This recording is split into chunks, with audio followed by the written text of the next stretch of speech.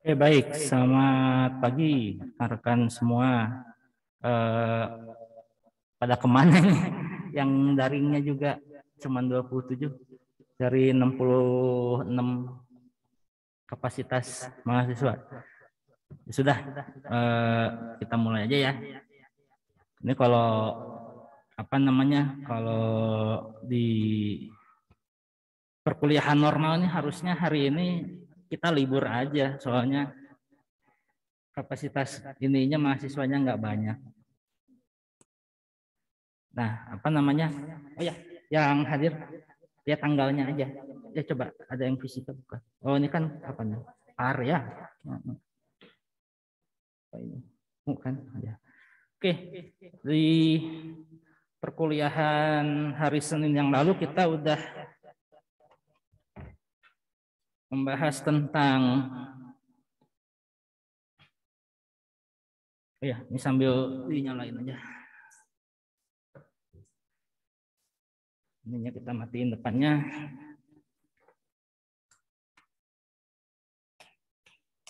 Nah.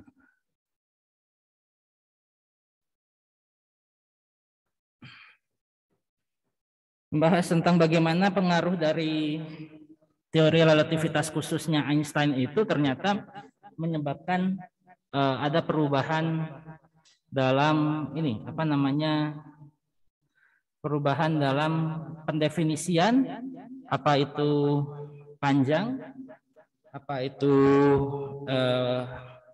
waktu gitu ya. Jadi bagaimana delta t atau waktu itu yang sehari-harinya kita 1 detik kita rasakan itu, ternyata kalau ada pengamat yang bergerak dengan kecepatan cahaya, maka dari pengamatan si orang yang bergerak di kecepatan cahaya tersebut, panjang 1 meter atau waktu 1 detik itu terasa lebih panjang. Kalau yang waktu dia terasa lebih panjang, tapi kalau yang ini apa namanya, kalau yang jarak dia lebih pendek gitu. Nah, jadi kalau melihat persoalan relativitas ini, kita melihat ini apa namanya, kayak waktu belajar gerak relatif saat di ini apa namanya, di fisika dasar 1. Jadi misalnya saya itu pengamat yang diam. Kemudian ada satu orang, dia bergerak dengan kecepatan cahaya melihat satu kejadian. Nah, jadi kejadian itu yang kita amati gitu ya. Dan kejadian ini misalnya ini apa namanya, bukan hanya suatu peristiwa biasa saja. Misalnya si kejadian itu bisa dianggap misalnya dia itu misalnya kita mengamati pena ini misalnya panjangnya 10 cm. Saya yang diam bilang ini 10 cm, tapi yang bergerak dengan kecepatan cahaya pasti bilang ini lebih pendek gitu ya. Sedangkan kalau saya misalnya mengukur waktu nonton misalnya saya nonton film apa gitu ya 2 jam, maka si pengamat yang bergerak dengan kecepatan cahaya itu akan melihat nonton filmnya itu, peristiwa yang sama itu itunya lebih panjang seperti itu. Nah, itu sudah kita pelajari di bagian sebelumnya. Nah, sekarang kita akan masuk ke hal-hal yang lain. Karena kalau misalnya panjang dan waktu itu berubah karena pengaruh dari pengamat yang bergerak dengan kecepatan cahaya, maka hal yang lain juga bisa berpengaruh, mulai dari ini apa namanya, pembahasan tentang momentum, tentang energi maupun kecepatan. Ya, jadi kalau kecepatan misalnya gini, saya melihat sebuah kendaraan itu atau motor melaju gitu ya, bergerak melaju. Nah, saya sebagai pengamat yang diam bilang bahwa dia bergerak dengan kecepatan misalnya 100 km per jam. Nah, kalau orang yang bergerak dengan, kalau ada misalnya ada pengamat kedua yang bergerak dengan kecepatan cahaya, maka pengamatan 100 km per jamnya itu bisa berubah gitu ya. Jadi tidak 100 km per jam menurut pengamatannya dia gitu. Kalau menurut pengamatan saya ya 100 km per jam. Tapi kalau menurut orang yang bergerak dengan kecepatan cahaya atau pengamat yang bergerak dengan kecepatan cahaya, ya dia enggak gitu. Ya, seperti itu. Nah, ini didasari oleh ini apa namanya dari relativitas ini berasal dari perubahan cara pandang yang tadinya kita melihat sesuatu dari apa namanya dari kerangka koordinat kartesis yang menggunakan transformasi Galileo. Makanya kemarin sudah ditunjukkan di papan tulis kalau misalnya apa itu namanya kalau misalnya kecepatan relatif yang kita pelajari dulu yang ini ya yang mana? Nah yang ini ya. Jadi apa namanya kecepatan gerak relatif yang kita pelajari di semester 1 yang lalu ini tuh asalnya dari ini. Asalnya itu dari transformasi Galileo ya. Dari transformasi Galileo yang kita turunkan saja apa namanya suatu peristiwa gitu ya. Suatu peristiwa menurut pengamatan yang bergerak terhadap waktu, yang ini juga terhadap waktu. Kemudian min VT-nya juga diturunkan terhadap waktu. Makanya nanti kita dapatkan kecepatan pengamat yang bergerak adalah sama dengan kecepatan dari pengamat yang diam dikurangi ininya, dikurangi apa itu namanya kecepatannya, ya kecepatan dari si pengamat yang bergerak tersebut. Nah dari situlah makanya kita dapatkan persamaan yang ini. Ya tinggal dipindah ruas aja, ya tinggal dipindah ruas aja. Yang ini kan, karena ini kan apa namanya kalau kita lihat gerak apa itu namanya gerak relatif di semester 1 yang lalu, acuannya itu kan adalah apa namanya pesawat terhadap misalnya ini suatu objek terhadap pengamat yang diam itu adalah sama dengan pesawat dengan kecepatan gerak tertentu sama kecepatan yang dia alami dia sendiri gitu. Nah itulah makanya dari mana rumus ini muncul? Rumus ini muncul dari transformasi Galileo ini. Nah sekarang min VT-nya ini berubah menjadi C, gitu ya. Min VT-nya ini berubah menjadi C, sehingga harus ada koreksi, ya harus ada koreksi. Nah sehingga inilah koreksinya. Jadi kecepatan yang dialami oleh pengamat yang bergerak dengan kecepatan cahaya adalah sama dengan gamma dikalikan posisi dari ini ya, posisi dari apa ini namanya? Posisi dari yang diam dikurangi kecepatan yang bergerak itu ya, yang bergerak itu. Sedangkan sekarang kita lihat ininya transformasinya itu yang berubah itu hanya yang X-nya saja, ya, yang X-nya saja untuk mempermudah sebetulnya. Nah, yang berbeda antara Lorentz dengan Galileo adalah T aksen. Jadi kalau di fisika dasar 1 yang namanya 1 detik pengamat yang diam sama yang gerak-gerak kan sama, 1 detik juga. Nah, kalau di sini enggak. Jadi ada yang namanya T aksen karena kita kemarin sudah belajar dilasi waktu. Waktu memanjang bagi orang yang bergerak dengan kecepatan cahaya gitu ya, atau pengamat yang bergerak dengan kecepatan cahaya. Nah, oleh karena itu X-nya karena dia bergerak sepanjang arah X dia berubah, harus ada faktor koreksi, maka si T-nya juga ada gitu. T-nya juga ada. Nah, dari sini ya dapat diperoleh bahwa X dan T seperti ini. Nah, kalau udah kita punya panjang atau jarak didefinisikan seperti ini dan juga waktu adalah seperti ini, maka kalau punya X sama T kita nanti bisa ini, kita bisa hitung kecepatan.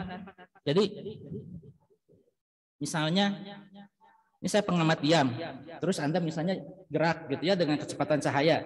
Terus Anda tuh jalan gitu. Nah, saya mengamati yang berjalan sama Anda yang kecepatan cahaya mengamati yang bergerak itu. Nah, inilah yang nanti akan kita dapatkan gitu. Ya. Jadi mengapa terutama untuk orang-orang yang menggunakan data geospasial itu penting karena gini. Kalau GPS kita ngirim sinyal sinyal GPS itu kan elektromagnetik kecepatan cahaya kan? Sedangkan si satelit bergerak dengan kecepatan misalnya 10 pangkat 6 atau 10 pangkat 7 gitu. Nah, objek yang diteliti objek yang dipotret sama satelit atau objek yang diamati sama kita dengan yang diobservasi sama satelit itu kan sama, misalnya jarak atau misalnya tinggi bangunan atau apa gitu. Nah, itu eventnya. Ya, jadi itu kejadiannya yang diamati oleh dua pengamat ini, satu yang diam, satu yang bergerak gitu. Nah, kenapa lantas gerak dari satelit harus ada koreksi relativistiknya? Karena di ruang angkasa dan lain sebagainya itu kan gaya gravitasi berpengaruh dan ada relativitas umum. Kalau ada relativitas umum, maka ada kelengkungan ruang dan waktu sehingga si apa itu namanya relativitas khusus main di sini, dan sinyalnya yang kita pakai kan gelombang EM gitu ya, gelombang EM, sehingga saat si GPS itu merekam ini ya, atau satelit GPS itu merekam posisi tertentu itu kan pakai kecepatannya tinggi tuh ya. Nah, kemudian yang kita terima juga kan ya kecepatannya tinggi gitu. Nah, itulah makanya perlu ada koreksi relativitas khusus untuk ini, untuk pengukuran posisi menggunakan GPS. Karena itu ada gerak relatif antara satelit terhadap bumi dan bumi sendiri mengamati posisi tertentu gitu ya. Dan si satelit mengamati mengamati objek yang sama gitu, mengamati objek yang sama dengan orang yang ada di bumi, tapi perangkatnya itu menggunakan gelombang EM, kan radio ya. Kan GPS itu pakai sinyal radio. Nah, makanya di situ ada ininya, ada koreksinya ya. Dan koreksinya juga lumayan. Plus minus 3 meter. 3 meter itu misalnya dari mana? Dari sini ke sana gitu ya. Ya, dari sini ke sana. Jadi kalau misalnya saya mau bangun sesuatu di sini, tapi ternyata GPS-nya nyasar ke sana, berabe kan? Kayak misalnya bikin jalan di tepi jurang, kelebihan 3 meter aja jadi jurangnya gitu ya. Nah, kayak gitu. Ya, jadi untuk bayangannya kenapa perlu ada koreksi, nah itu seperti itu.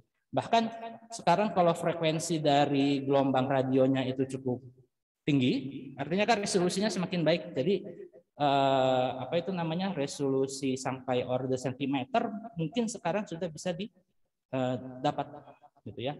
Walaupun sekarang sebetulnya penggunaan GPS yang langsung ke satelit itu nggak terlalu banyak karena kita sudah ada ini apa, menara-menara BTS yang nanti dia berhubungan dengan satelit. Jadi kita sebagai jadi perangkatnya gini. Jadi kita sebagai pengguna pertama, kemudian ada station di bumi yaitu menara BTS itu, dan ada satelit gitu ya. Jadi sebetulnya yang terhubung berdasarkan apa namanya TRK ini adalah justru kita adalah objeknya. Eventnya tuh kita pengen tahu posisi kita di mana sih gitu ya. Maka ada pengamat yang diam yaitu si BTS ya, si menara BTS itu. Kemudian ada satelit. Nah, satelit itu adalah yang bergerak gitu, yang bergerak. Nah, makanya tapi objeknya kita, karena kita yang ingin tahu, oh saya di mana sih gitu. Nah, itu makanya untuk menentukan saya secara pasti ada di gedung D, maka itu tadi apa namanya, ada gelombang EM yang ini yang menjalar dari saya ke menara, kemudian dari menara ke sana ke satelit. Nah, satelit mencuplik saya dengan EM juga gitu. Nah, makanya itu di ini. Nah, makanya nanti untuk hal-hal yang berkaitan dengan gelombang radio atau cahaya, maka ada faktor relativistiknya gitu. Kalau yang sebelumnya waktu kita belajar gelombang EM, saat kita lihat cahaya sebagai gelombang, apa namanya, kita sudah memasukkan faktor kecepatan cahaya di situ. Ya, itu sebagai satu koreksi aja. Jadi misalnya dulu waktu kita belajar gelombang, yang namanya gelombang tali atau bunyi kan V-nya bergantung ya kecepatan rambat bunyi di udara atau kecepatan bunyi di udara atau di air gitu ya. Nah, kalau cahaya atau gelombang radio ya udah kecepatannya adalah rambat kecepatan cahaya atau EM atau gelombang radio udara yang nilainya 299 sekian itu kan udah mendekati 3 kali 10 pangkat 8 gitu ya. Nah, itu udah satu koreksi. Kemudian nanti kalau kita lihat elektron dipercepat, laser aja misalnya, laser dan lain sebagainya, ketika energinya cukup, sinar laser itu ini apa namanya bergerak dari tempat saya berdiri ke itu juga kecepatannya cahaya gitu ya, jadi cepat sekali. Nah itu juga hal-hal yang demikian itu pergerakannya atau saat kita mempelajari energinya dan lain sebagainya harus ada koreksi relativistik gitu. Kalau kita lihat peristiwa tumbukan, misalnya bola biliar, jelas itu bukan peristiwa relativistik. Ya, kalau bola biliar itu bukan peristiwa relativistik karena kecepatannya di bawah. Tapi kalau misalnya saya melihat tumbukan yang sama, tapi objeknya sekarang adalah inti atom sama cahaya. Nah, cahaya kan dengan kecepatan cahaya menumbuk inti atom. Nah, nanti ini apa namanya harus ada koreksi relativistik. Nah, seperti itu. Atau misalnya hal-hal yang lain yang berkaitan dengan cahaya atau gelombang radio harus ada harus ada koreksi relativistiknya. Makanya itu dipelajari di fisika dasar 2A karena nanti di salah satu requirement dari akreditasi jurusan teknik harus belajar itu. Entah nanti Anda make atau enggak, ya itu urusan lain ya. Tapi setidaknya di basisnya, di fisika dasarnya Anda sudah diajarkan tentang hal tersebut gitu ya. Oke, nah ini di sini untuk yang X ya.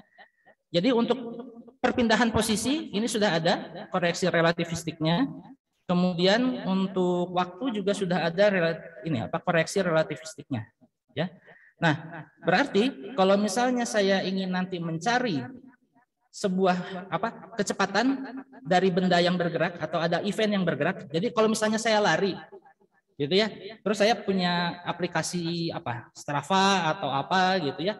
Berarti kan ada komunikasi tuh antara satelit dengan itu. Nah, itulah bisa ketahuan kan misalnya di sini kalau kita pakai aplikasi jogging kita kecepatannya berapa gitu ya. Nah, itu ada 2, entah itu di di handphone kita itu memang ada ada speedometernya, ada pedometernya, tapi perpindahan posisi kita kan berdasarkan perpindahan posisi kita kan berdasarkan dari positioning kita dari menara BTS dengan satelit. Nah, makanya dengan demikian kecepatan sebuah benda yang bergerak bisa diamati dengan koreksi relativistik. Oke, jadi ini kalau ada yang tanpa ada aksen, jadi misalnya ini delta X dan delta T seperti ini adalah perubahan posisi dan perubahan waktu yang diamati sama yang diem. Ya, ini yang diem. Tapi kalau ada aksen-aksennya, ini adalah yang bergerak. Ya, pengamat yang bergerak. Jadi idenya sekali lagi supaya nggak membingungkan, di persoalan TRK ini adalah persoalan bagaimana kita mengamati sebuah kejadian atau mengamati sebuah fenomena dari 2 pengamat yang berbeda. Satu diam, satu bergerak dengan kecepatan mendekati kecepatan cahaya gitu. Efeknya itu bisa juga mendekati kecepatan cahaya atau enggak gitu ya. Jadi itu seperti itu. Nah, dari transformasi Lorentz ini kita juga diingatkan bahwa ini ya, di sebelumnya itu kan ada percobaannya siapa sih? Ada percobaannya Bertozzi gitu ya, ada percobaan Bertozzi yang melihat bahwa seiring kecepatan dari sebuah partikel itu dipercepat ya sampai mendekati kecepatan cahaya, ternyata energi kinetiknya lama kelamaan konstan. Kan kalau ini ya, inilah yang membuktikan bahwa inilah salah satu percobaan yang membuktikan bahwa tidak ada partikel atau tidak ada benda apapun di alam raya ini yang kecepatan geraknya itu lebih dari c, gitu ya, lebih dari c itu nggak ada. Nah, kalau dulu di fisika dasar yang namanya K, energi kinetik itu kan sama dengan setengah mv kuadrat. Gitu ya? Setengah mv kuadrat ya. Nah, berarti kalau V-nya ini terus naik, ininya juga naik kan, K-nya juga naik kan. Tapi ternyata untuk elektron yang dipercepat harusnya juga kan sama. Massa elektron berapa sih? 9,1 kali 10 pangkat 27 ya? Min 27 ya. Kemudian kecepatannya misalnya dari 0 sampai C gitu ya. Nah, ternyata apa namanya? Ketika atau gini, elektron itu caranya gini. Jadi elektron itu dikasih energi, dikasih listrik lah, gitu ya. Elektron yang diam itu dikasih beda potensial. Beda potensial kan menghasilkan energi potensial listrik. Energi potensial listrik itu diubah jadi kinetik kan. Nah, jadi seiring si itunya dinaikkan, si tegangannya itu dinaikkan dari 0 sampai besar gitu ya. Ini kalau ini sampai 6 mega elektron volt. Bisa dikonversikan ke joule berapa gitu ya. Jadi si elektronnya itu diberi energi sehingga nanti jadi bergerak. Nah, ternyata ini apa namanya? Dia akan tetap mematuhi ini ya, untuk kecepatan yang rendah-rendah ini ya. Jadi untuk kecepatan 0 sampai 2 kali 10 pangkat 8 ini betul dari grafik itu kan kayak yang 0 ya, padahal kalau di zoom dia linear kayak gini gitu. Bukan linear. Kalau kuadratik gitu. Terus ininya jenisnya kuadratik. Kalau kuadratik itu gini. Kayak gini. Gini kan? Nah, gini. Ya kan? Misalnya ini 1, ini 1. Kalau ini 2, ini 4. Kalau ini 3, ini 9. Kalau ini 10, ini 100 gitu kan? Ini kan kalau ini misalnya energi sebanding dengan V kuadrat gitu ya. Ini kan V gitu kan? V kuadrat kan ini dari setengah mv kuadrat gitu kan ya.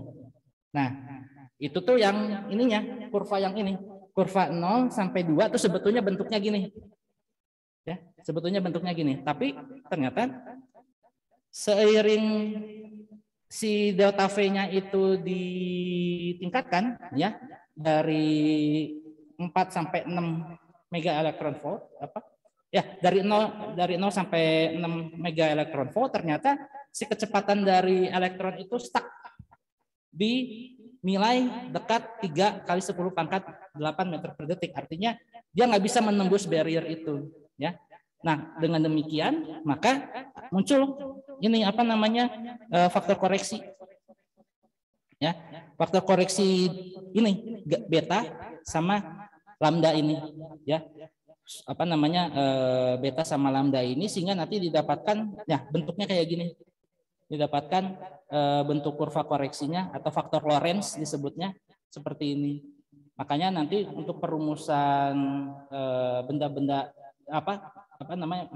cahaya atau gelombang radio harus, kalau kita misalnya harus memasukkan faktor relativistik, maka beta sama gamma itu sering muncul ya. Jadi harus diingat ini beta itu apa, gamma itu apa. Jadi kalau beta itu adalah rasio atau perbandingan dari kecepatan pengamat. Jadi pengamat yang bergerak ini terhadap kecepatan cahaya dia berapa rasionya. Sedangkan kalau gamma itu faktor Lorentz saja, matematik 1/(-1 min beta kuadrat. Karena semakin pengamat kedua itu bergerak dengan kecepatan mendekati kecepatan cahaya, maka ininya lihat si faktor dari betanya jadi 1 ya. Faktor betanya jadi 1. Sehingga nanti dia akan mempengaruhi panjang waktu, kecepatan, energi, momentum, dan juga ini efek Doppler itu juga nanti ini ada faktor-faktor itu. Oke. Nah, kalau kita sudah tahu ya beta, gamma dan lain sebagainya, sekarang kita bisa lihat konsekuensinya, yaitu tadi ujung-ujungnya kita nanti akan dapatkan persamaan ini ya. Persamaan yang di kotak kuning ini adalah rumus untuk kecepatan. U itu adalah yang ini ya. U yang ini adalah kecepatan dari pengamat yang apa? Kalau ada benda bergerak, kalau ada benda yang bergerak, maka menurut saya dia itu kecepatannya U. Ya, jadi U itu adalah kecepatan event yang diamati oleh pengamat yang diam. U aksen itu adalah event yang sama, tapi diamati sama pengamat kedua yang bergerak dengan mendekati kecepatan cahaya. Sedangkan si V-nya itu adalah ya kecepatan benda itu, gitu ya. Jadi gitu.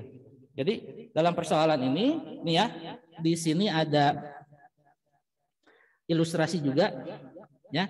Ini ada partikel bergerak dengan kecepatan V, diamati sama pengamat yang diam, kemudian diamati sama pengamat yang kedua yang bergerak mendekati kecepatan cahaya. Jadi U ini adalah laju dari partikel ini menurut saya yang diam. U aksen ini adalah laju ini, ya, laju dari partikel ini menurut pengamat yang bergerak dengan kecepatan cahaya, bergerak dengan kecepatan mendekati kecepatan cahaya. Kemudian si ininya, V-nya ini adalah kecepatan dari si pengamatnya itu sendiri, gitu ya. Jadi itulah ininya. Jadi itulah perumusannya. Nah, ya dari sini ya, kalau tadi kenapa kita bisa dapatkan kecepatan itu berasal dari sini. Dari ini.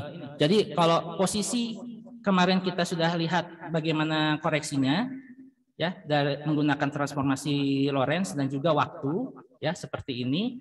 Maka kita bisa ubah X menjadi delta X kayak dulu, ingat nggak, posisi sama perpindahan.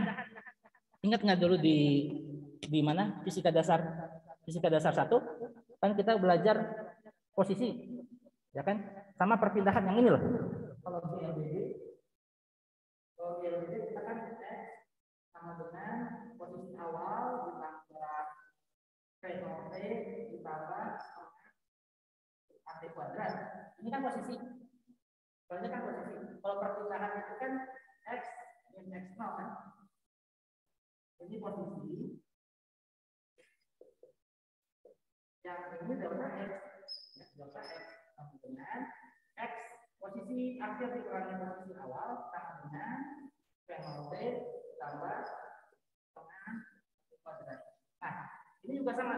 Jadi delta X di sini adalah perpindahan, ya, perpindahan posisi. Jadi X, kalau X-nya tunggal seperti ini adalah posisi, tapi kalau delta X itu adalah perpindahan, ya, perpindahan dari posisi. Nah, delta T adalah waktu awal, waktu akhir.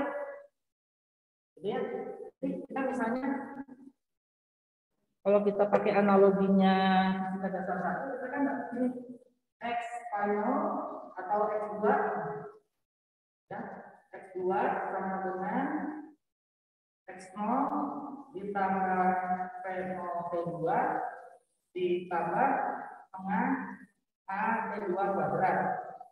X1 sama dengan X0 ditambah P0 T1 ditambah setengah A T kuadrat. Nah, delta T itu adalah sama dengan T2 minus P1 juga. Kan? Pergerakan beda waktu, ya, berbeda waktu.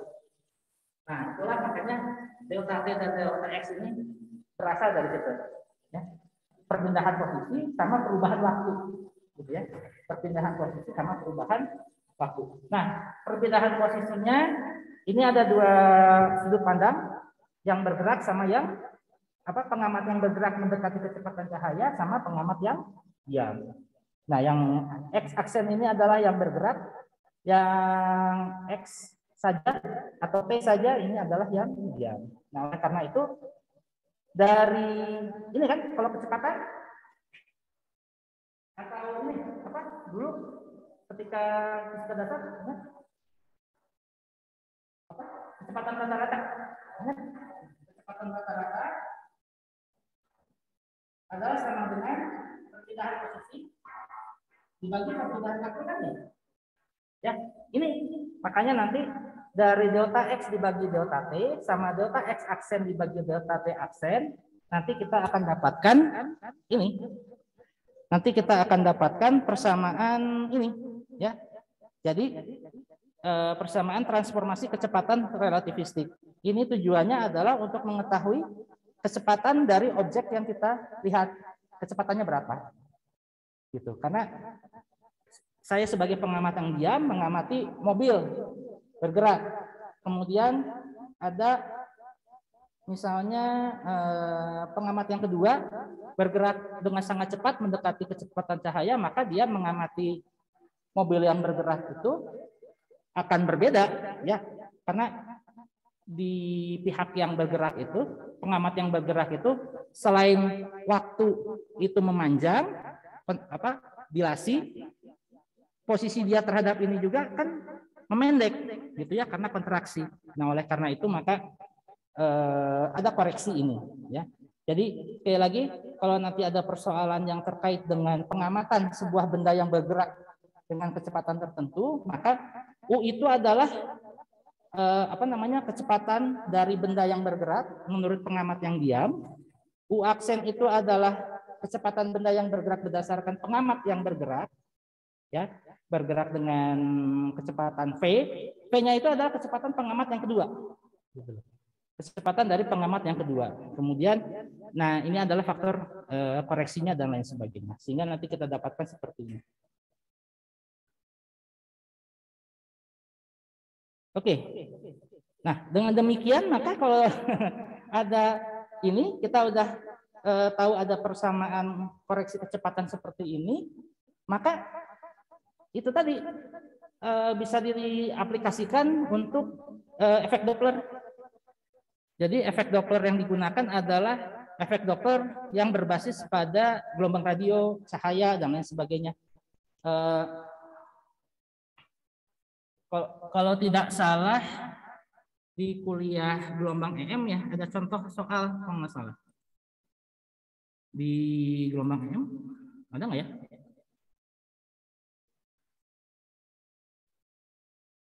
Pernah dibahas nggak ya sama saya? Saya lupa.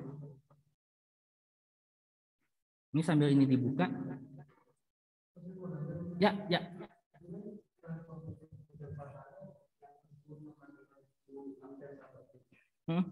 Itu bagi 11 cm per cm kuadrat itu koreksi relativistik ya Pak? Yang mana? Kan itu punya ada yang kuning sama yang di bawahnya aja Pak. Yang di bawah transformasi kecepatan jika kurang dari C. Oh iya. Nah, yang dibagi 1 plus U aksen per cm kuadrat itu koreksi relativistiknya? Ya, bagian yang ininya. Si bagian yang ininya nih. Ya. Bagian ininya muncul. Karena kenapa munculnya seperti ini tidak dalam bentuk gamma atau apa? Beta? Karena ini si beta gamanya tadi di atas, gitu ya. Si beta gamanya tadi di atas, ya. Kemudian karena delta T punya gamma, delta X punya gamma sehingga saling mencoretkan, tapi tetap masih ada itu. Ya. Masih ada yang itu, yang plus sekian. Nah, itulah yang nanti membentuk ini. Makanya si faktor koreksinya di sini tidak melibatkan beta dan gamma karena itu tadi. Tapi sebetulnya ini kan gamma juga kan ya? Ini kan sebetulnya gamma juga. Beta ya. Jadi U aksen beta dibagi dengan C gitu. Bisa juga ditulis seperti itu kalau mau, tapi memang seringnya begitu. Nah, kalau misalnya ini, kalau misalnya kecepatan kurang dari C, ya itu balik lagi ke persoalan yang ini. Balik lagi ke persoalan yang ini. Persis. Precise. Jadi yang ini ya. Persoalan gerak relatif yang ini sama ini sama untuk kecepatan yang rendah. Kalau misalnya si pengamat kedua itu bergerak dengan kecepatan yang rendah, maka precise ini. Ya. Kalau ada benda bergerak, saya lihat dia kecepatannya U, si pengamat yang bergerak dengan kecepatan V, lihat dia kecepatannya U aksen. Gitu. Jadi persamaan yang ini yang dulu pernah kita lihat di gerak relatif di fisika dasar 1, betul adanya gitu ya. Jadi memang ketika ini. Nah makanya apa ini tuh jadi apa ya? Inspirasi banyak science fiction, Star Trek, Star Wars, macam-macam gitu ya. Itu apa namanya bisa apa namanya pesawat apa namanya si pesawat Enterprise atau pesawat Star Destroyer itu bisa ini kan light speed apa dan lain sebagainya itu apa namanya bisa menghasilkan seperti itu. Ya itu makanya mungkin siapa Elon Musk punya cita-cita punya koloni di bulan salah satunya terinspirasi sama science fiction seperti itu. Ya, padahal itu ininya apa namanya dan mungkin juga nanti FTI apa bioenergi mungkin apa namanya bisa mengembangkan suatu bahan yang nanti bisa mempercepat elektron atau menghasilkan energi yang bisa menghasilkan apa namanya kecepatan mendekati C barangkali nanti ya nggak tahu kita tapi fondasinya ini ya fondasinya ini dan sampai saat ini kalau saya nggak salah belum ada perubahan untuk ini ya bahkan ya itu tadi di suplemen di Edunext saya perlihatkan memang semakin banyak percobaan yang menunjukkan memang C itu fundamental ya nilai dari C itu memang sangat fundamental dia jadi suatu barrier gitu ya jadi satu batasan dari gerak suatu benda ya jadi kalau pesawat atau kita badan orang kita sendiri gitu ya misalnya kita manusia berlari gitu ya paling cepat Usain Bolt berapa meter per detik sih gitu ya itu pun di darat kalau misalnya kita di setrum gitu kemudian kita bisa bergerak itu nggak akan bisa sampai C gitu loh tapi kalau elektron yang ada di dalam inti atom itu kalau misalnya kita bisa pisahkan dan juga kita kasih energi sehingga dia bisa pindah posisi, nah itu kecepatan pindah posisinya itu bisa sampai mendekati C gitu ya, walaupun tidak perfect C. Yang perfect C itu adalah si cahaya. Kalau cahaya ini itu dari hasil laboratorium didapatkan bahwa dia kecepatan rambatnya itu adalah sama dengan C itu yang 3 kali 10⁸ itu.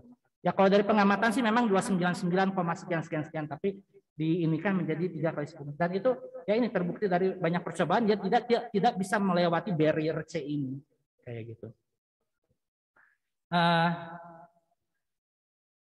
Oke.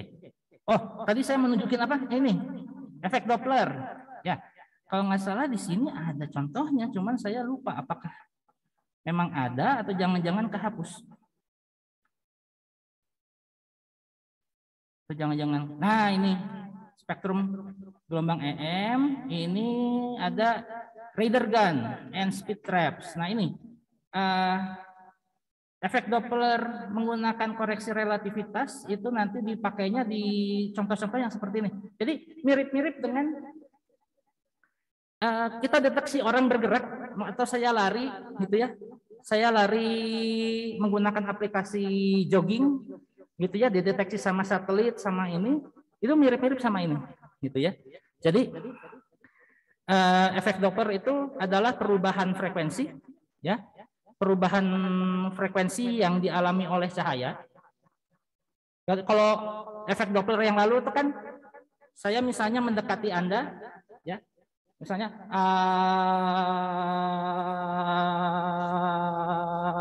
gitu kan panjang gelombangnya berubah. Panjang gelombang original saya oleh Anda yang diam itu kan ketika saya mendekati frekuensinya naik, tapi ketika saya menjauhi frekuensinya mengecil, ya panjang gelombangnya membesar. Cahaya juga sama, gitu. Cahaya juga bisa terjadi pergeseran frekuensi. Misalnya tadinya dia nembak dengan cahaya atau misalnya dia tadinya frekuensinya itu adalah berapa ya kalau radio 1 MHz misalnya ketika dia mendeteksi suatu benda misalnya ya kalau ini contohnya ada suatu benda bergerak dideteksi pakai cahaya kita kirim gelombangnya 1 MHz nah si benda ini bergerak mendekati kita nah pantulannya itu akan menghasilkan panjang gelombang yang lebih tinggi karena mendekati.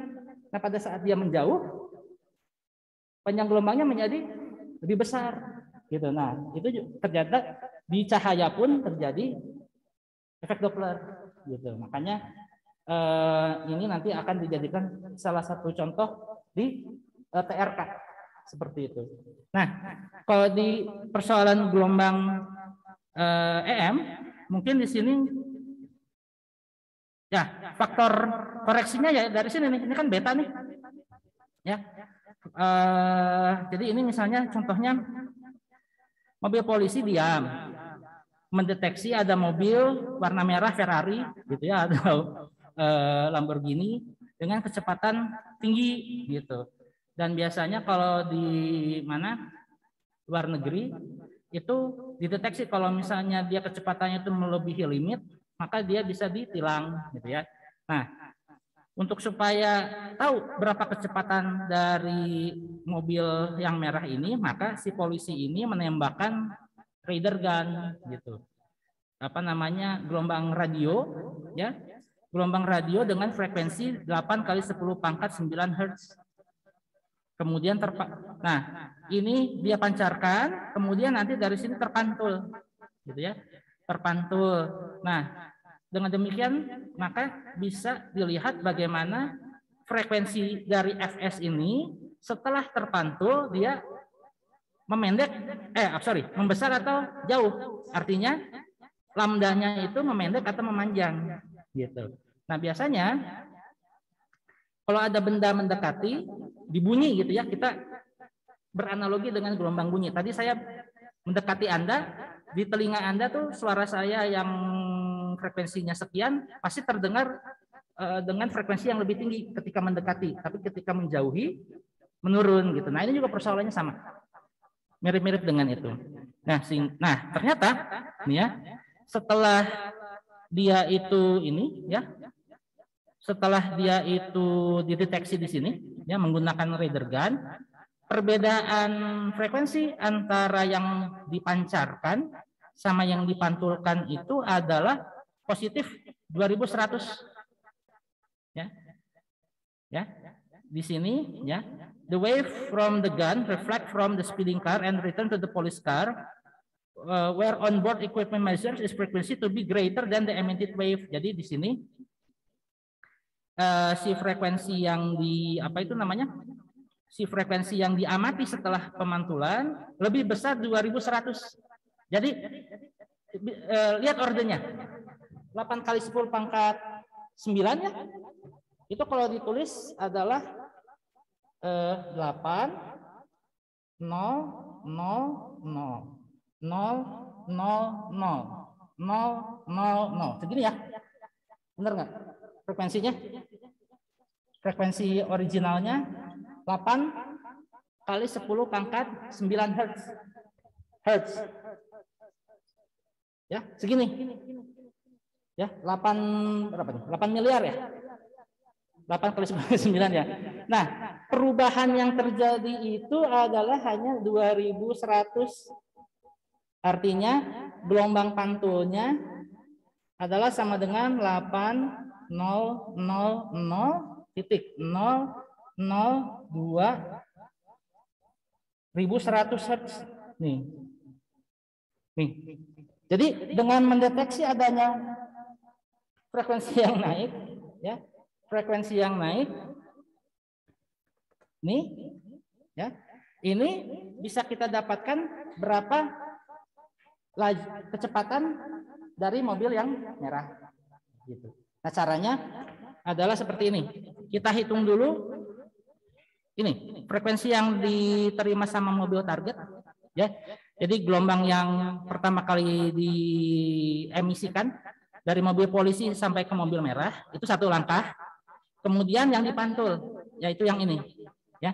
Jadi ada gelombang pantul, ada gelombang yang pertama kali diemisikan. Nah, kemudian dilakukan ya penyederhanaan matematik dan lain sebagainya sehingga nanti didapatkan kecepatan gerak dari si mobil merah ini adalah 140 km per jam. Ini perasaan, nah ini udah pernah kita bahas nih di kelas ini kayaknya. Ya, sudah pernah kita bahas. Dan ini 39 meter per detik itu sama dengan 140 km per jam. Jadi kalau di Cipularang ini udah layak untuk ditangkap gitu ya. Kayak gitu. Karena di Cipularang limitnya berapa? 100 ya? Iya.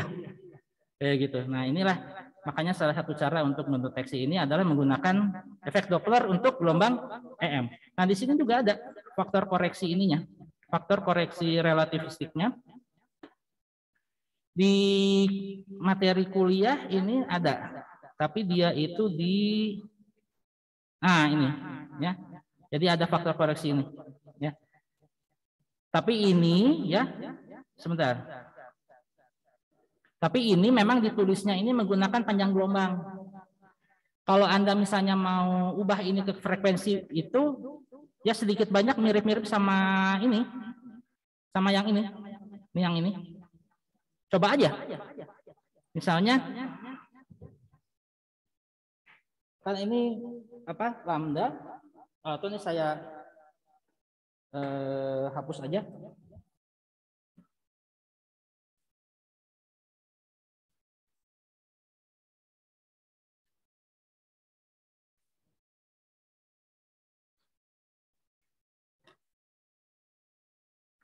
Kalau ini kan kalau ini kan dia dalam lambda ya, lambda sama dengan lambda 0 akar 1 tambah beta dibagi 1 kurang beta. Nah, kita kan tahu juga kalau namanya kecepatan cahaya adalah sama dengan lambda dibagi frekuensi atau dikali? Kali ya. Dikali ya. Karena ini meter, satuannya yang ini gini ya. Jadi ini satuannya meter per detik kan ya? Benar nggak? Nah, sehingga kalau dengan demikian maka si ini kalau mau kita transformasikan jadi frekuensi, ini kan jadi C per F. C per F sama dengan C per F0 dibagi 1 tambah beta 1 minus beta. Ya udah, ini aja. Ini C-nya dicoret, ininya jadi F sama dengan F0 F0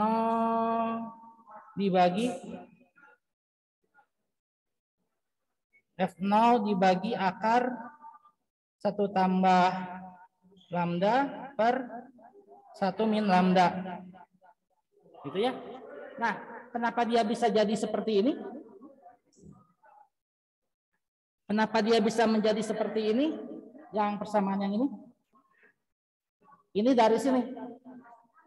Dikalikan akar 1 tambah lambda per 1 min lambda dibagi akar 1 tambah bukan lambda, beta 1 min beta. Nah, nanti sesudah dilakukan ini operasi ini ya, nanti di ini aja. Ini kan ini dikali ini kan akarnya kan jadi habis ya. Akarnya kan keluar. Lakukan trik-trik macam-macam, nanti dapat persamaannya yang ini. Dapatnya persamaannya yang ini. Ya, persamaannya yang ini.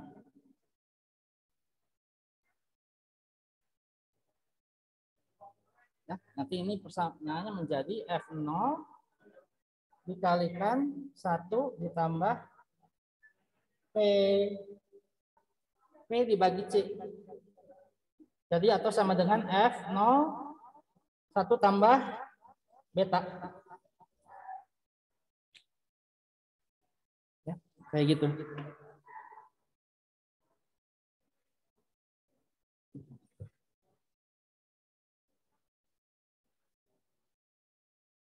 Oke. Mana lagi?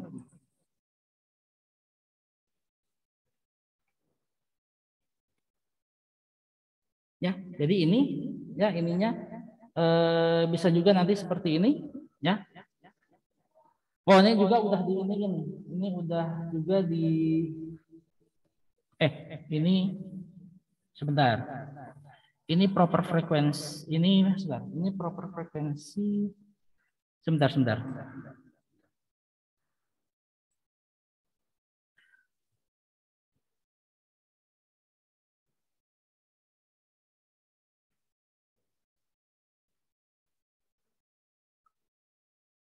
Benar nggak ya saya? Bentar, kalau lambdanya kan seperti ini ya.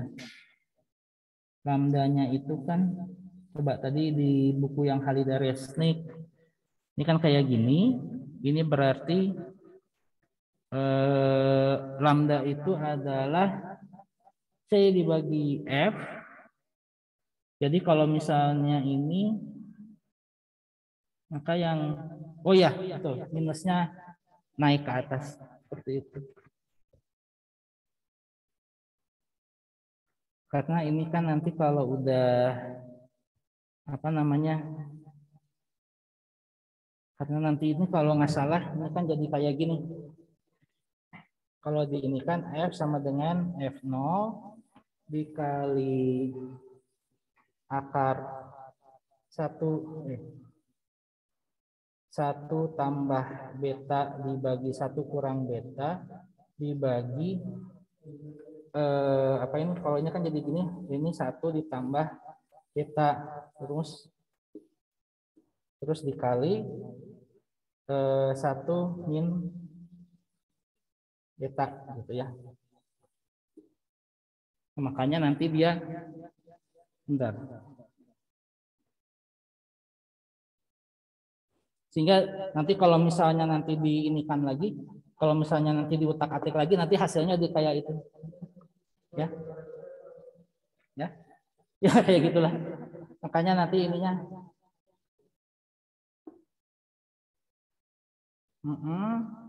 ini plus, ini negatif ya, nanti ininya, oh ya ini kan nanti kan, oh ini kan gini,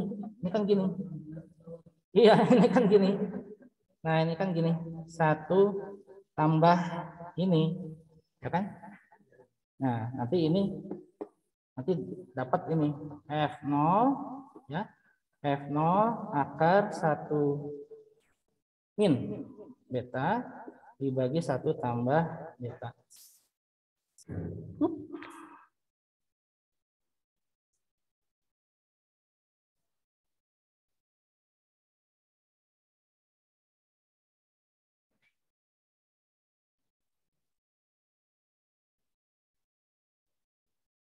Ya, nanti kalau diinikan lagi ya, kalau misalnya diutak-atik lagi nanti bisa juga di persamaan ini tuh ini.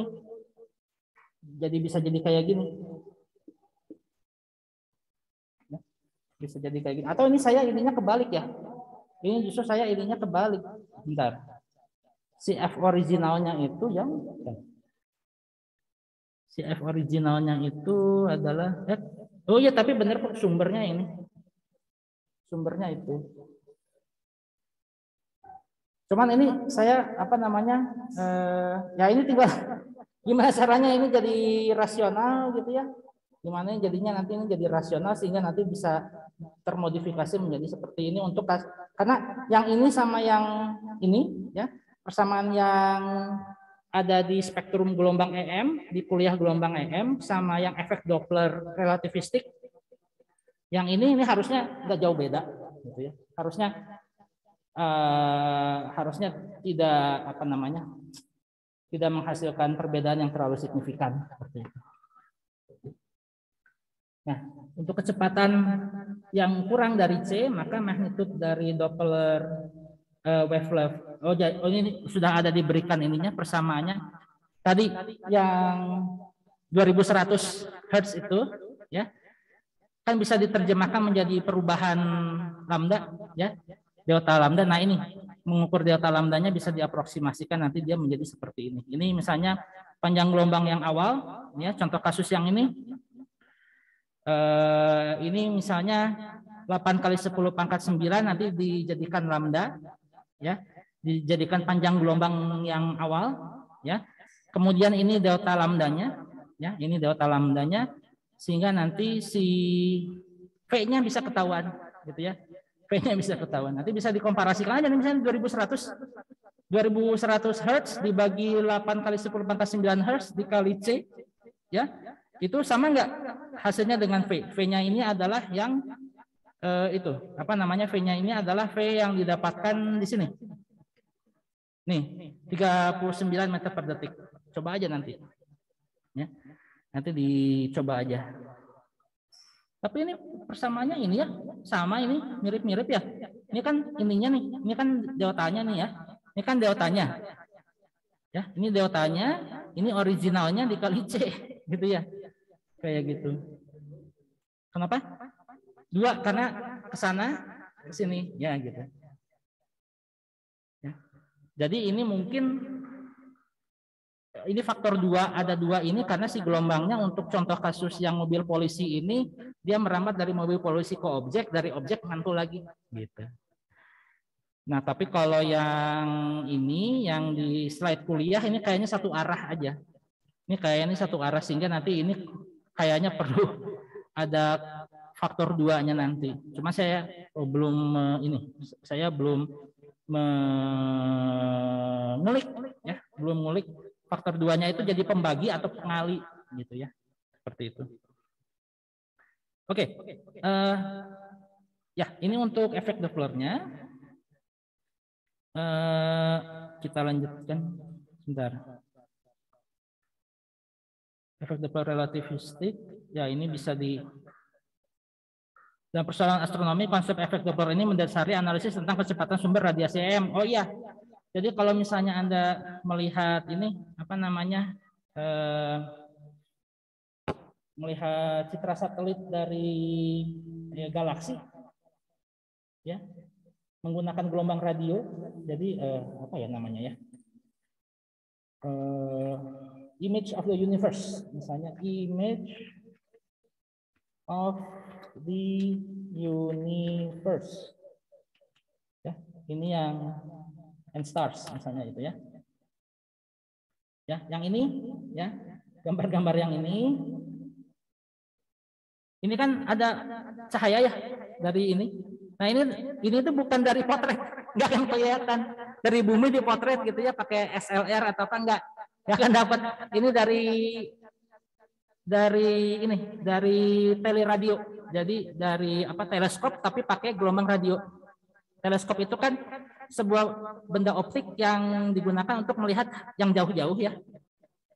Ya itu tapi kalau teleskop yang biasa kita pakai misalnya di Boscha dan lain sebagainya itu kan dari cahaya dari gelombang sinar tampak. Ingat ya, ada kita di gelombang EM ada ada ini. Nah ini kalau di Boscha teleskopnya masih di range ini ya, di range cahaya tampak. Panjang gelombangnya nanometer. Kalau ini dipaksakan untuk lihat benda-benda jauh nggak bisa. Sama misalnya gini, kita mau ngelihat kuman pakai mikroskop cahaya sama mikroskop elektron, lebih detail mana? Yang elektron kan? Nah gitu. Ya, lebih detail elektron. Tapi ini artinya kalau kita ingin melihat hal-hal yang detail menggunakan gelombang cahaya nanometer, oke. Benda jauh seperti galaksi ukurannya kan jauh begitu ya. Mana yang lebih efektif? Gelombang radio. Nah makanya image atau citra yang Anda lihat ini bukan menggunakan gelombang cahaya, tapi dari radio. Kemudian nanti dari radio diproses, ya, diproses ulang pakai efek Doppler, ya, pakai efek Doppler sehingga nanti bisa ketahuan oh ininya bintang-bintang apa warnanya merah, bintang apa warnanya biru, bintang apa warnanya kuning atau hijau atau apa.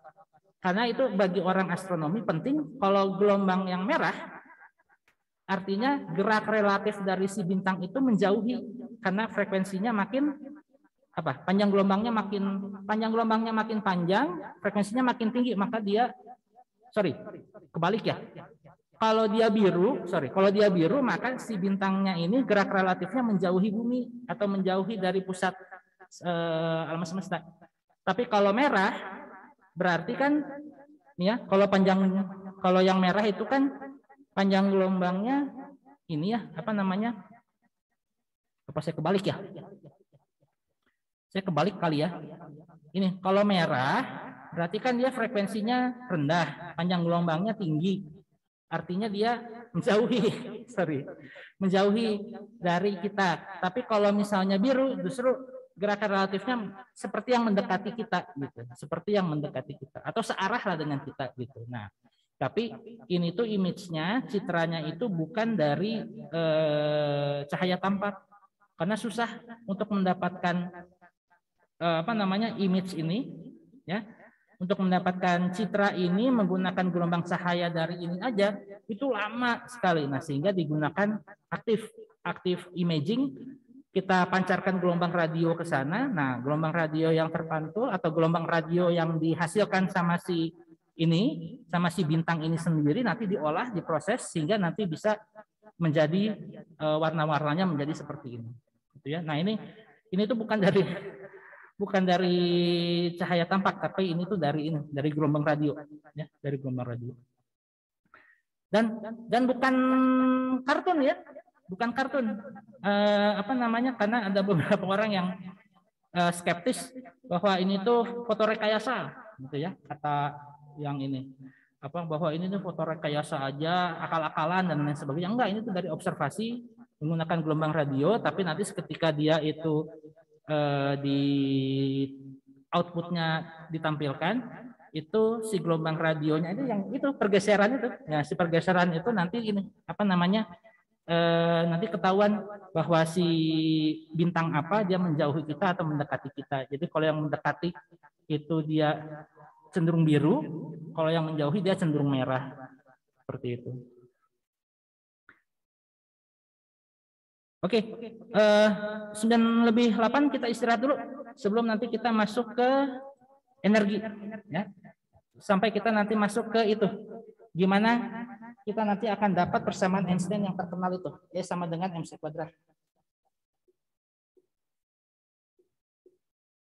Ya, istirahat dulu 5 menit. Sebelum nanti kita lanjutkan.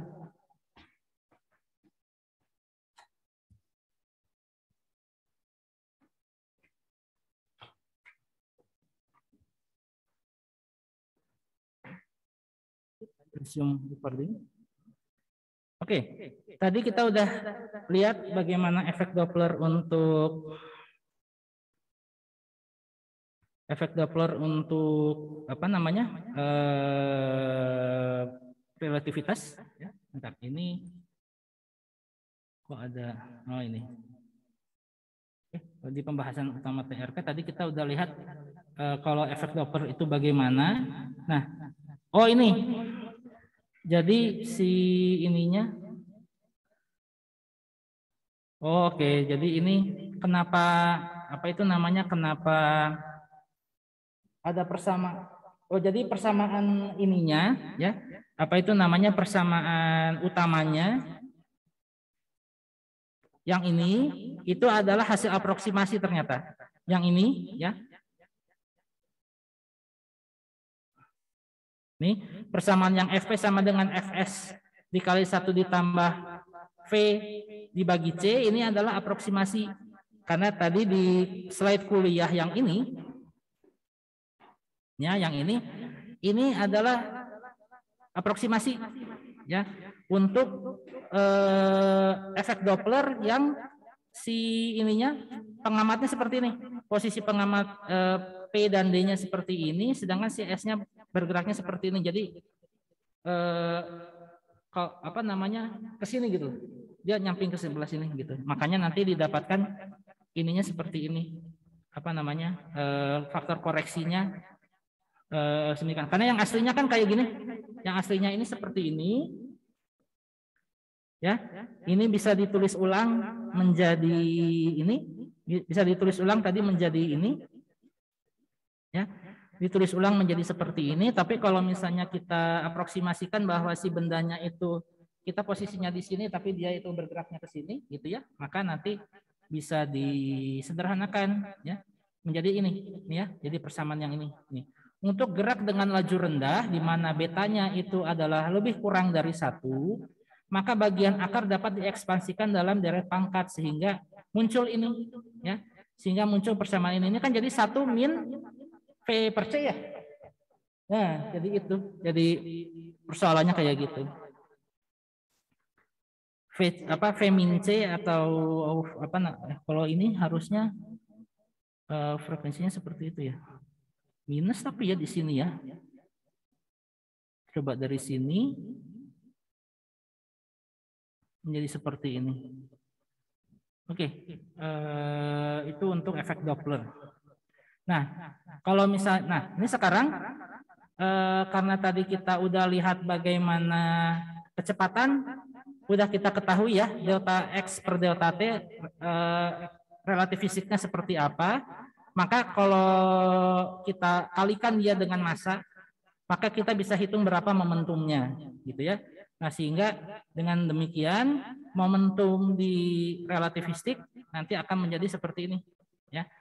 Jadi momentum, jadi buat saya yang diam, misalnya itu ada benda, bendanya ini misalnya bergerak, bendanya sendiri punya apa itu namanya, punya massa, ya, punya massa. Terus pengamat kedua yang bergerak mendekati kecepatan cahaya mengamati benda yang sama, gitu, ya. Jadi misalnya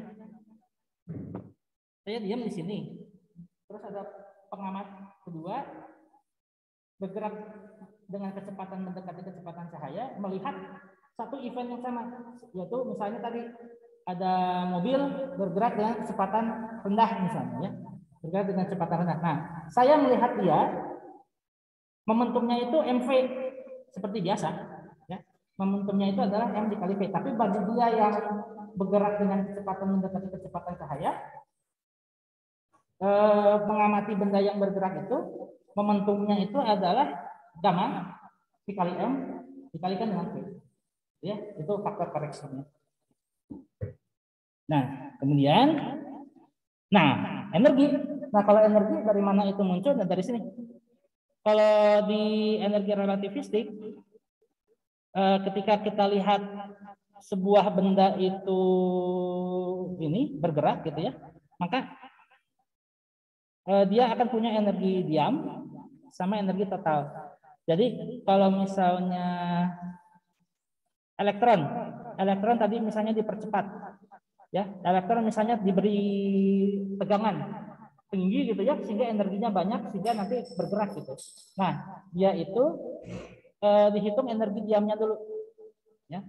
Hitung energi diamnya adalah sama dengan m dikali dengan c kuadrat, gitu ya, m c kuadrat. Nah, kemudian kalau misalnya dia itu bergerak, ya, kalau misalnya dia itu bergerak, maka nanti energi totalnya adalah mc kuadrat ditambah dengan k. mc kuadrat ditambah dengan k. K sendiri itu kan bergerak, ya, mc bergerak. Nah, itu si c-nya ini karena kita punya, kalau energi kinetik itu biasanya setengah mv kuadrat, karena v-nya sekarang ada faktor relativistik, maka sekarang kita dapatkan ini, ya. Jadi energi kinetik adalah energi total, ya, dikurangi mc kuadrat, yaitu energi totalnya adalah sama dengan gamma dikalikan mc kuadrat dikurangi mc kuadrat, sehingga energi kinetiknya adalah sama dengan mc kuadrat dikalikan faktor koreksi, ya. Gammanya ini adalah faktor koreksi dari transformasi Lorentz, seperti itu. Nah, jadi nanti kalau misalnya mendalami hal-hal yang berkaitan dengan cahaya atau gelombang radio, elektromagnetik dan lain sebagainya, energinya dihitung dari sini, ya. Energinya. Kita kemarin udah belajar intensitas, ya. Jadi kalau belajar ini, jadi gini. Misalnya ini, ketika cahaya itu merambat ke kita, ya, saat cahaya itu merambat ke kita, energinya itu, ya, energinya itu ada dua, maksudnya ada dua aspek, ya, ada dua aspek. Saat dia itu merambat ke kita, nih di ruangan, di udara, itu energinya sudah seperti yang waktu kita belajar, ada intensitas, ya, intensitas itu kan ini besar dari vektor pointing. Vektor pointing itu kan si ini apa namanya, perkalian silang antara medan listrik sama, jadi waktu dia menjalar ke sini, saat dia di udara, si gelombang cahaya atau radio itu punya energi itu, intensitas yang dikalikan dengan itu loh. Intensitas yang dikalikan dengan apa namanya? Yang ini saya error. Ini, yang ini. Apa namanya? Nah, gelombang M. Energinya. Nah, ini ya. Jadi waktu dia merambat, energinya itu dinyatakan dalam bentuk intensitas ya, atau besar dari faktor pointing seperti ini. Makanya kita mengenal Mx kuadrat dibagi 2 mu nol C atau C per 2 mu nol dikali B kuadrat. Ini pada saat dia merambat. Tapi pada saat dia dibuat di situ, si energinya itu adalah mengikuti yang ini. Gitu. Pada saat dia dibuat jadi pada saat cahaya dari matahari itu berasal, energinya itu dari sini ya, dari nilai ini, energi total ini. Sedangkan pada saat dia merambat, dia itu mengikuti yang ini, seperti itu ya, mengikuti yang ini. Tapi sebetulnya kalau di fisika tingkat 2, tingkat 3 nanti ada jembatan sebetulnya. Tapi di sini kan di fisika dasar si perangkat untuk menjembatani intensitas ini sama ini nggak ada, tidak diberikan ya, tidak diberikan, padahal ada. Jadi dari energi relativistik yang ini menjembatani ke yang ini tuh ada sebetulnya, tapi memang di sini tidak diberikan. Makanya mungkin kita menganggap bahwa faktor pointing atau intensitas cahaya yang diajarkan di gelombang M seakan-akan beda dengan yang energi di sini, energi di relativistik. Sebetulnya sama ya, sebetulnya sama, cuman ininya si jembatannya itu memang tidak diberikan. Oke, ini momentum dan energi. Oke, nah ini in relativity mechanics, the definition of linear momentum saya kembali lagi ada sekian. Sedangkan untuk yang classical definition-nya itu adalah P sama dengan MV biasa. An object mass M and equivalent energy N0 itu didefinisikan sebagai EMC kuadrat dengan apa namanya? Dengan 0 itu adalah energi diam. Ya. 0 itu adalah this energy E0 that is associated with mass and object is called as mass energy or rest energy. Jadi kalau misalnya kalau misalnya elektron atau partikel yang memancarkan cahaya itu, misal kalau foton itu sendiri, nanti kita lihat di pekan depan, foton itu benda tidak bermassa tapi bisa meradiasikan gelombang EM. Itu hebat, itu salah satu ininya EM ya, uniknya foton itu seperti itu. Tapi kalau misalnya kita punya elektron dikasih beda potensial sedemikian rupa sehingga dia bergerak gitu ya, sehingga dia itu bergerak, maka dan pergerakannya itu mendekati kecepatan cahaya, maka ini dia diasumsikan punya energi diam yang besarnya adalah sekian. Nah, ini kemudian nanti kalau di ini lagi, kalau di kalau energinya itu diperbesar lagi, maka nanti dia bisa menghasilkan gerak gitu ya, nanti dia bisa menghasilkan gerak. Jadi ini seperti barrier gitu ya. Jadi kalau mau diasosiasikan, ini N0 itu bisa dianggap sebagai energi potensial gitu ya. Jadi kalau misalnya elektron itu dikasih tegangannya kurang, ya dia diem. Ya, dia diem. Tapi kalau sudah di deket-deket ambang, nah itu dia di energi dalam energi diam itu. Baru kalau sudah melewati itu, nanti baru dia bergerak seperti itu. Nah, ini adalah ininya jadi nanti kalau misalnya kita ingin mencari berapa energi kinetik, sebelumnya itu kan kayak gini. Energi kinetik sebelumnya adalah setengah MC kuadrat, setengah MV kuadrat K sama dengan setengah MV kuadrat. Nah, sekarang kalau ini untuk misalnya pengamat yang diam gitu ya. Nah, kalau di sini K itu adalah sama dengan M C kuadrat dikali faktor gamma. Gamma itu adalah 1 per akar 1 min V kuadrat per C kuadrat dikurangi 1. Ya. Jadi dari sini yang tradisional menjadi seperti ini. Jadi kalau ada elektron atau ada satu partikel diberi energi sehingga dia bergerak dengan kecepatan mendekati kecepatan cahaya, maka energi kinetiknya menjadi seperti ini. Ya, bukan lagi menjadi seperti ini.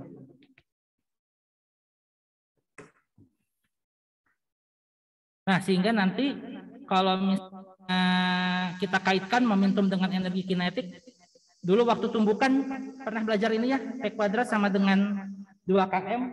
Kalau lupa, ini saya ingatkan lagi. Ini saya hapus saja. Dari mana ini didapat? Jadi kalau misalnya P, momentum adalah sama dengan massa dikalikan kecepatan, energi kinetik itu adalah sama dengan setengah mv kuadrat. Ya, maka nanti kalau P saya kuadratkan, maka nanti akan menjadi M kuadrat V kuadrat. Ya, maka nanti si ininya, ya, ini K adalah sama dengan, kalau melihat dengan yang ini, maka dia menjadi P kuadrat per 2M.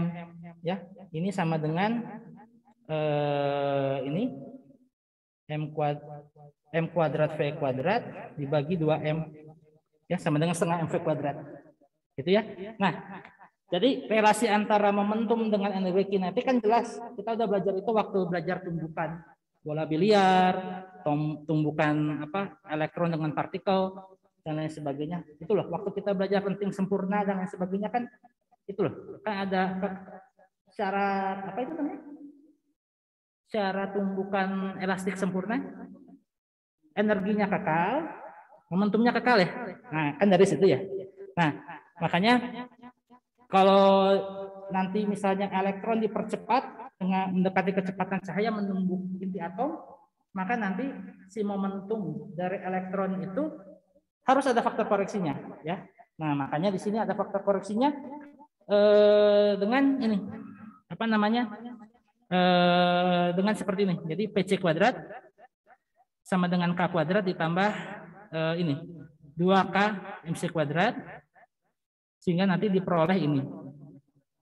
Nah, kalau misalnya ini kalau misalnya ini nah ini ada ya, jadi nanti kalau misalnya nanti ada kita mengaitkan, misalnya nanti kita mengaitkan elektron gitu ya dengan kecepatan tertentu, itu si energi kinetiknya itu bisa kita asosiasikan dengan ini, sama dengan PC kuadrat P dikali C dikuadratkan seperti ini, ya, seperti itu. Ya.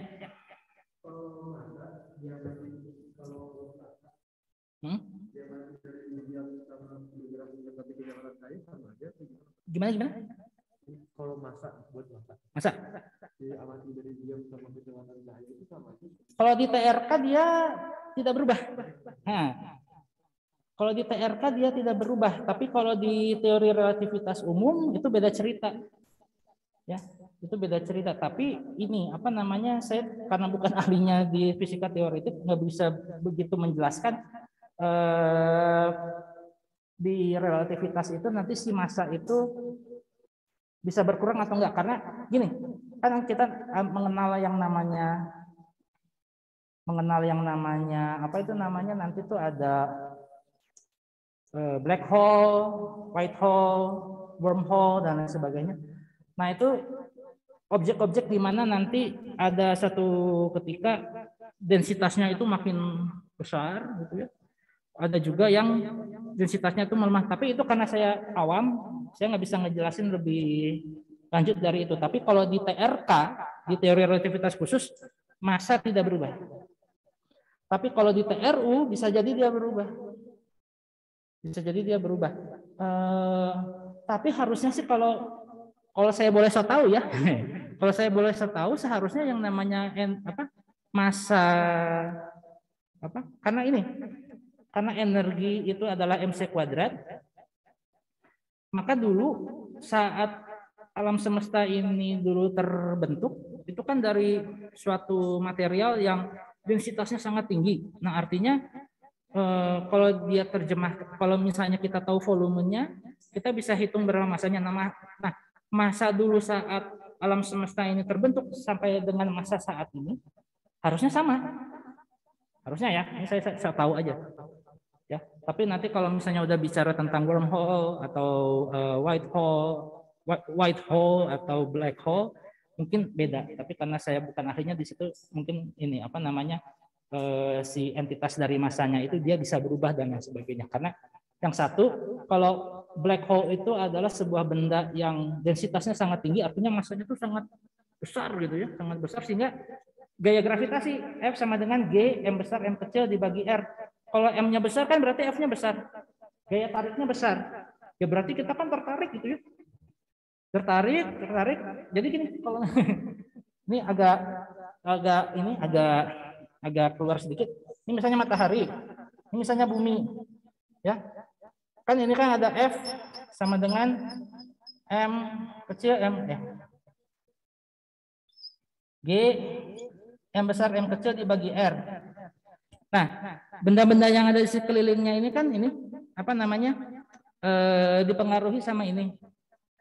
Kalau misalnya satu saat si bumi itu tidak lagi bergerak revolusi, berarti ini kan ini apa namanya? Kalau sekarang kan kita dalam kondisi oke, gitu ya, dalam kondisi oke. Tapi kalau misalnya satu saat si matahari ini berubah sifatnya jadi black hole, artinya si masanya ini makin lama makin besar.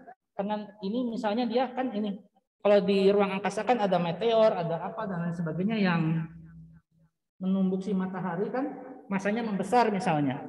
Nah itu kan bisa menyedot gitu ya, membesar gitu. Suatu saat nanti bisa membentuk black hole, nanti ada muncul lagi white hole-nya tuh di mana gitu. Nah itu bisa jadi seperti itu. Nah cuman itu karena saya kurang tahu ininya, teknisnya itu seperti apa. Jadi nggak bisa menjelaskan lebih jauh dari itu. Nah, tapi kalau untuk itu, TRU, teori relativitas umum, penjelasannya mungkin lebih ini. Jadi harus pakai bukunya.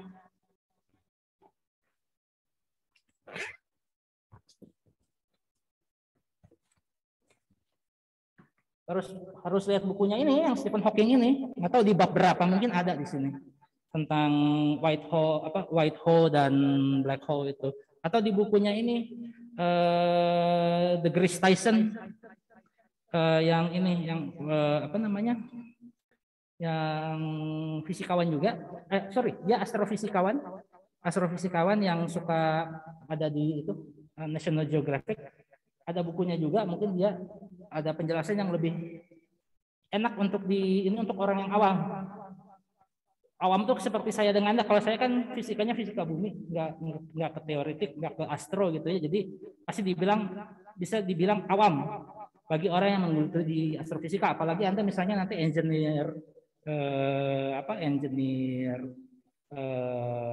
teknik pangan atau engineer bioenergi kan awam juga gitu ya. Nah itu bisa lihat dari buku itu. Tapi kalau di TRK masa tidak berubah. Ya, masa tidak berubah, tapi masa untuk TRU mungkin bisa berubah. Oke, contoh soal sebuah bintang terletak sejauh 2.800 tahun cahaya. Tentukan kecepatan pesawat jika Anda diminta menentukan kecepatan pesawat yang akan didesain sehingga waktu tempuh yang dibutuhkan adalah 30 tahun. Gimana caranya? Jadi ini ada panjang gitu ya. Jadi ini terletak 2.800 tahun cahaya itu, tahun cahaya tuh ini ya satuan panjang dari benda-benda astronomi ya. Satuannya itu tahun cahaya. Jadi kalau misalnya 2.800 tahun dikali C, jadi ada dikoreksi di ini dulu, dikonversi dulu. Dari 2.800 tahun dikonversikan menjadi meter per detik, dikonversikan menjadi detik ya, kemudian dikalikan dengan C, maka itu nanti jadi X ya. itu nanti jadi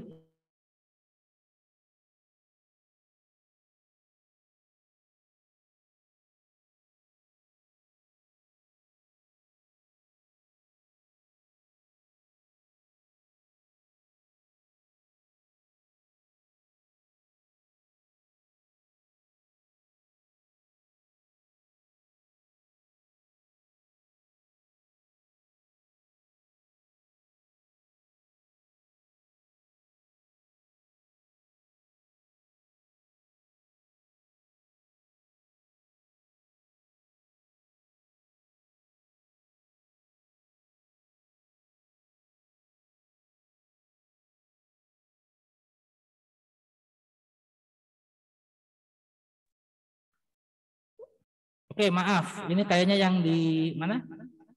Yang di rumah kepotong ininya tayangannya. Ini saya screen share lagi. Oke, ini kita udah sampai ke pembahasan soal satu. Untuk yang ini ya, misalnya sebuah bintang terletak sejauh 2.800 tahun cahaya. Tentukan kecepatan pesawat jika diminta untuk menentukan kecepatan pesawat yang akan didesain sehingga waktu tempuh yang dibutuhkan adalah 30 tahun. Nah, untuk penyelesaian soal ini 30 tahun itu adalah waktu delta T dari pengamat yang diam. Sedangkan 2.800 tahun itu adalah delta T dari yang dialami sama yang bergerak. Ya. Sehingga dengan demikian nanti kita cari berapa V-nya. Ya. Kita nanti cari berapa V-nya dengan persamaan dilasi waktu sehingga nanti didapatkan V-nya itu adalah sama dengan C per akar 1 ditambah. Nah ini bisa dicari lah. C-nya ini 3 kali 10 pangkat 8. Ininya bisa dicari berapa. Contoh yang kedua, di pusat penelitian partikel pion itu lambangnya adalah pi 0. Jadi partikel elementer itu buat teman-teman FTI yang mungkin nggak tahu. Jadi kalau satuan terkecil dari suatu unsur itu adalah satuan terkecil dari suatu zat gitu ya. Di dalam unsur itu ada ini kan, ada misalnya hidrogen. Hidrogen itu adalah unsur dengan nomor atom yang paling rendah. Artinya dia punya 1 elektron, 1 neutron, sama 1 proton ya. Gitu ya. Nah, neutral pion ini adalah yang lebih kecil dari itu. Ya. Jadi partikel elementer itu adalah zat-zat yang zat-zat yang membentuk elektron, zat-zat yang membentuk neutron, zat-zat yang membentuk proton. Jadi kalau dulu orang kan atomos itu kan tidak terbagi kata orang Yunani kan. Nah, dulu sebelum ada partikel elementer orang ngira benda-benda itu udah aja. Yang paling kecil itu satuannya itu adalah proton, neutron dan elektron. Ternyata ada yang lebih kecil lagi, yaitu yang membentuk si proton neutron itu, yaitu partikel elementer.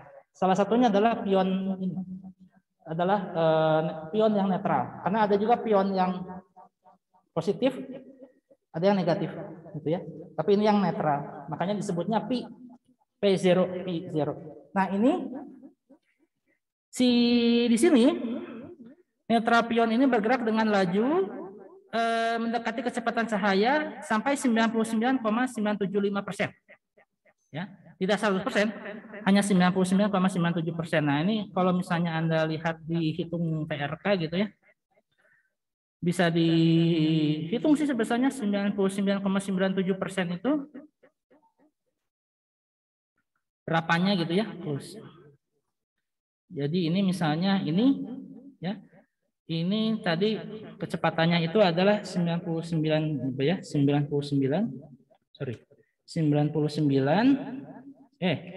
sama dengan 99,9975 dikalikan ini ya. Yang sih?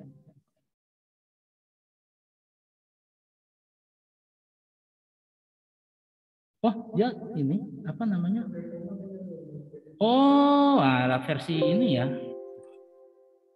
Oh, dia versi Indonesia ya, pakai koma. Oh ya, dibagi 100. Jangan lupa dibagi 100.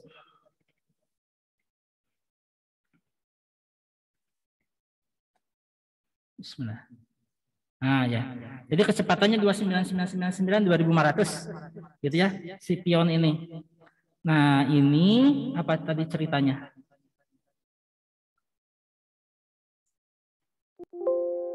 Mana sih? Oh sorry, itu di ini di suplemen. Nah bergerak dengan laju sekian, meluruh menjadi dua buah gamma yang bergerak arah berlawanan.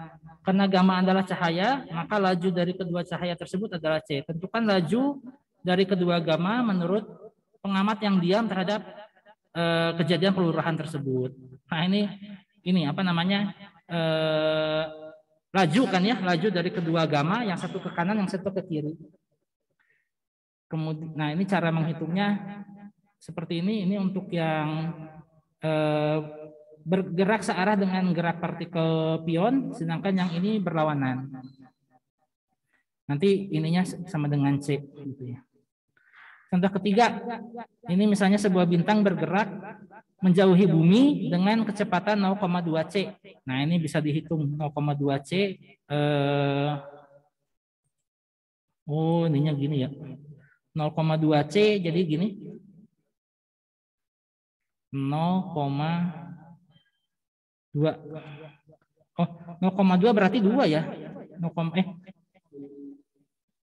0,2 C 20 ya, betul 20. Nah sekitar ini ya, jadi 6 kali 10 pangkat 7. Ini berada pada jarak 12 tahun cahaya. Sebuah pesawat diluncurkan dari bumi dengan kecepatan sekian menuju bintang. Pada saat pesawat melewati bintang tersebut, sinyal radio dikirim ke bumi. Seseorang pengamat di bumi, nah jadi orang ini referensi yang diam, menerima sinyal tersebut dan langsung mengirimkan sinyal balasan. Nah, hitung waktu berdasarkan kerangka dari pesawat tersebut. Nah, ini berarti hitung waktu berdasarkan kerangka dari pesawat tersebut. Ini pesawatnya kan bergerak dengan C, berarti ini T aksen. Ketika pesawat melewati bintang dan pada saat pesawat menerima sinyal radio dari bumi. Ya, ini langkah penyelesaiannya agak jelimet. Tapi pertama dihitung dulu dilasi waktunya, kemudian kontraksi panjangnya ya dari bintang ke bumi dan lain sebagainya, sehingga nanti didapatkan bumi sebagai kerangka yang diam, maka nanti didapatkan waktunya itu adalah 12 tahun untuk pertanyaan yang A, sedangkan untuk pertanyaan yang B dengan bumi sebagai kerangka yang diam ya.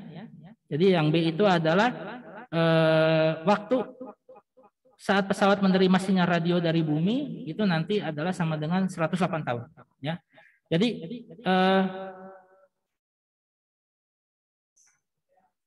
pesawat melewati bintang, gimana penjauhan dari bumi? Jadi si ini apa namanya lebih cepat pesawat nyampe ke bintang dibandingkan sinyal radio itu nyampe di pesawat yang itu. Makanya ini ya apa namanya perbedaannya nanti seperti itu. Ya memang kalau yang soal-soal dari TRK ini memang tipe-tipenya seperti itu. Kalau nggak berkaitan dengan sesuatu yang bergerak, atau ada kontraksi panjang atau dilasi waktu, atau nanti berkaitan dengan ini apa namanya nanti di efek fotolistrik ketemu sama yang namanya itu partikel yang bertumbuk dengan inti atom seperti itu. Oke. Untuk hari ini saya kira cukup sekian. Saya ingatkan kita kuliah lagi terakhir itu efek fotolistrik tanggal 18 Mei, kemudian 19-nya adalah tutorial. Nah, itu juga bisa kita gunakan untuk tanya jawab, untuk klarifikasi apa permasalahan dan lain sebagainya. Kemudian nanti tanggal 20-nya kita akan kuis ya. Akan kuis menjelang ujian. Semoga izinnya turun supaya kita bisa lakukan simulasi kuis ini mirip-mirip dengan ujian. Jadi dilaksanakan di 9640. Tapi kalau enggak kita tetap daring ya seperti itu. Oke, saya cukupkan perkuliahan kita hari ini. Terima kasih. Saya stop recordingnya.